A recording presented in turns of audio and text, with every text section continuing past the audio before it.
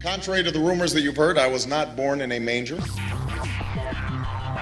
I was actually born on Krypton and sent here to save the planet Earth.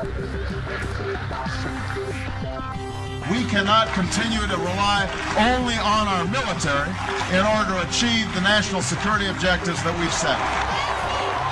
Everybody somewhere between the ages of 18 and 25 will serve 3 months of basic training. We've got to have a civilian national security force that's just as powerful, just as strong. Yes, we can. Obama's healthcare plan will include coverage of all essential medical services. Yes, we can. Obama is a cruel hoax. He works for Wall Street. He's an agent of finance capital. Where did you come up with the number $700 billion? Here's the Treasury spokeswoman's quote. It's not based on any particular data point. We just really wanted to come up with a really big number. To Democrats and Republicans who've opposed this plan, I say, step up to the plate. A few members were even told that there would be martial law in America if we voted no. Secretary Henry Paulson is no George Washington. I don't think anyone questions, Mr. Kashkari, that you're working hard. Our question is who you're working for. Obama pledged that he would resume the Security and Prosperity Partnership talks between Mexico and Canada that President Bush initiated. The old boss is starting to look a lot like the new boss. Robert Gates is going to remain on the job as Defense Secretary for at least a year. Plenty of sources knew about this meeting, told us and others that it was at Hillary Clinton's house, but clearly it wasn't. We've got to give them a stake in creating the kind of world order that I think all of us would like to see. We see you causing a depression so you can blow out the economy and consolidate it and bankrupt it. We know that you are enemies of free humanity, and we are here standing against your tyranny.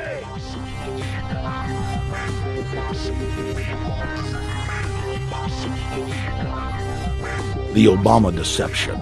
The truth strikes back.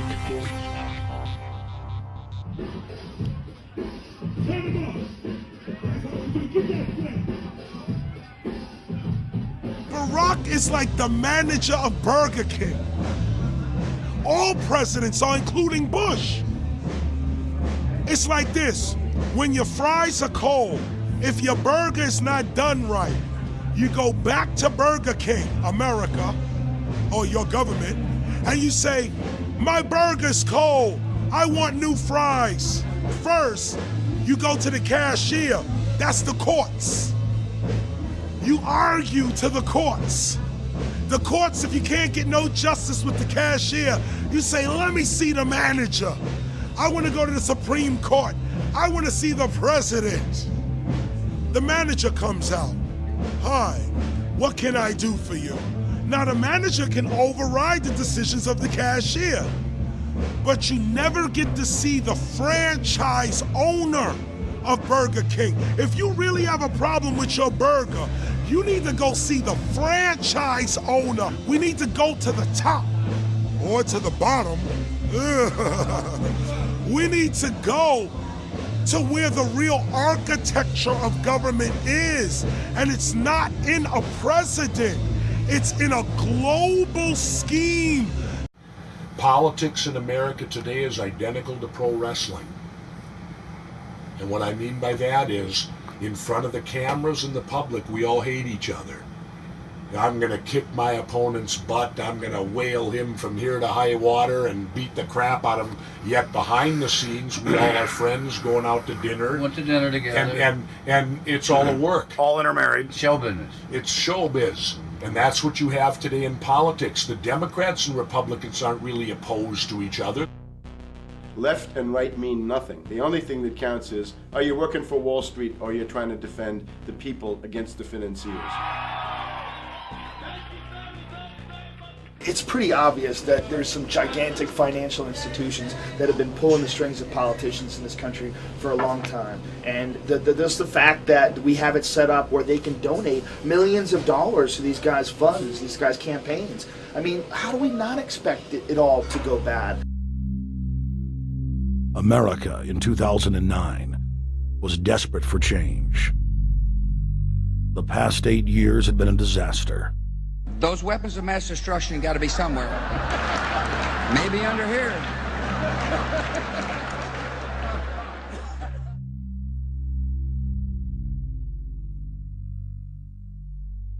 George W. Bush, who had claimed to be a conservative, had tripled the size of the federal government, shredded the Constitution, and destroyed the image of the United States worldwide. Nope, no weapons over there. Endless wars, over 1 million dead Iraqis, and more than 5,000 dead U.S. troops. The Patriot Act, warrantless domestic wiretapping and spying, the end of Posse Comitatus, the rise of the treasonous North American Union, a deepening recession sliding towards total economic collapse. These factors and other abuses had the American people in a state of panic for their future and the very existence of the United States.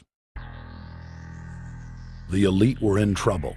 The people were beginning to see through their facade, past their front man, and to the ruling elite behind the throne. For the first time in U.S. history, both parties were universally hated. Congress had a 9% approval rating. The globalist agenda had stalled. And then, onto the scene came a man who promised change. Change we could all believe in. Barack H. Obama promised to end the war and bring our troops home fast. He pledged to uphold the Constitution and to stop the federal government from spying on the American people. Candidate Obama told American workers that he was going to get them out of NAFTA and GATT, and he's already breaking those promises. In this film, we will prove that Obama says one thing and does another, and that he works for the very same elite interests that Bush served, the very interest engineering the financial collapse and formation of a dictatorial world government. This film is not about left or right. It is nonpartisan. Our past documentary films are among some of the most damning indictments of George W. Bush and his administration that have ever been made. If humanity has any hope of effecting real change for the better, it will not come from the Madison Avenue false reality makers who have cast Barack Obama as the savior of the world. To alter our course from tyranny to liberty, to defeat the corrupt elite, we must get past the puppets and confront the real power structure of the planet. Now we can see a new world coming into view. A world in which there is the very real prospect of a new world order. Webster Griffin Tarpley is an accomplished geopolitical analyst and historian. Among his scholarly works are the unauthorized biographies of George Herbert Walker Bush and Barack Hussein Obama. Since Bush the Elder made his speech at the United Nations back in September of 1990 talking about the New World Order, I think I've become confused about what's actually going on in the world. The New World Order is a more palatable name for the Anglo-American world empire. It's the planetary domination of London, New York, Washington over the rest of the world. It's hard to get people to join that or think they have a part in it if you call it the Anglo-American world empire. If you call it the New World Order, then people in India or someplace like that or the European Union might think, well, there's something in that for us too. But that's not what it is. It's the Anglo-American New World Order. It's really the old world order. It's the British Empire morphing into the American Empire. The U.S.-British world empire is what you're going to get. Combines of powerful men have always battled with each other over the levers of power.